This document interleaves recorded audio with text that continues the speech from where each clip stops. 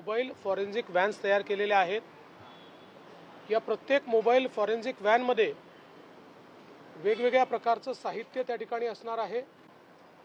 याच्यामध्ये एक scientific analyst आणि एक केमिकल ॲनालिस्ट ज्यांना फॉरेन्सिक एक्सपर्टचा दर्जा आहे, त्यांचं सर्टिफिकेशन झालेलं आहे, ते उपस्थित असणार आहे।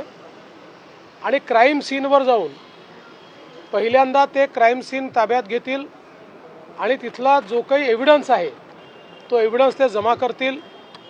याच्यामध्ये ब्लड सॅम्पल असेल, नार्कोटिकचं सॅम्पल असेल, एखाद्या स्फोटाचं सॅम्पल असेल किंवा वेगवेगळ्या प्रकारचे जे काही एव्हिडन्स असतील, या प्रत्येकाचं जागेवर टेस्टिंग करण्याची किट आहे। त्यामुळे कुठल्याही प्रकारे आपल्याला अनेक केसेसमध्ये योग्य एव्हिडन्स नाही म्हणून जो काही क्रिमिनल सुटताना दिसतात तसं याच्यामध्ये होणार नाही।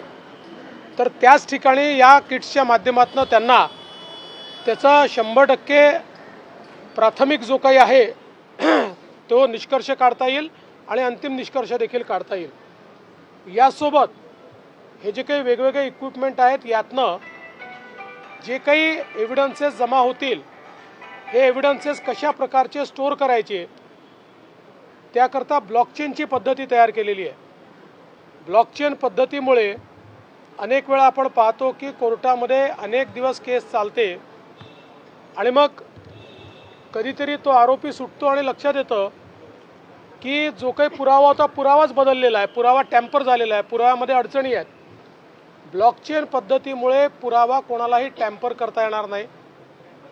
त्यामुळे अतिशय सबळ आणि सायंटिफिक पुरावा हा आपल्याकडे या ठिकाणी राहील।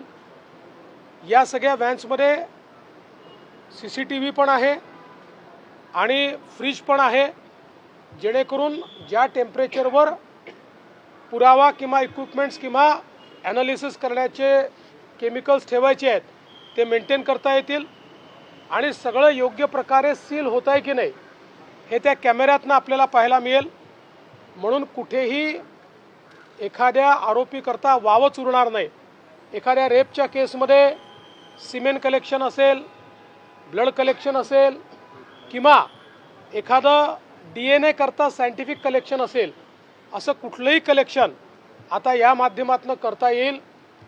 त्यामुळे मला असं वाटतं की गुन्हे उघडकीस येणं आणि गुन्हेगारांना त्या ठिकाणी सजा होणं, या दोन्हीमध्ये एक गुणात्मक बदल आपल्याला पाहायला मिळेल।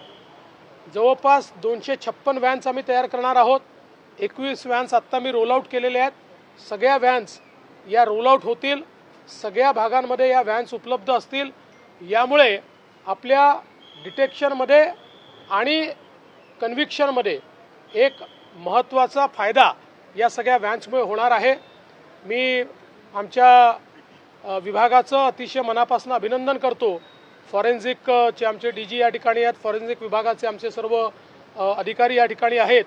या सगळ्यांनी अत्यंत वेगानं चांगल्या पद्धतीनं हे काम या ठिकाणी केलेलं आहे आणि मला वाटतं की याच्यातनं महाराष्ट्रामध्ये आपल्याला अपराध सिद्धीचा दर देखील मोठ्या प्रमाणात वाढवता येईल आणि अपराधांच्या मनामध्ये भीती तयार करता येईल। आज महाराष्ट्र में भारतीय साक्ष्य अधिनियम के अंतर्गत केंद्र सरकार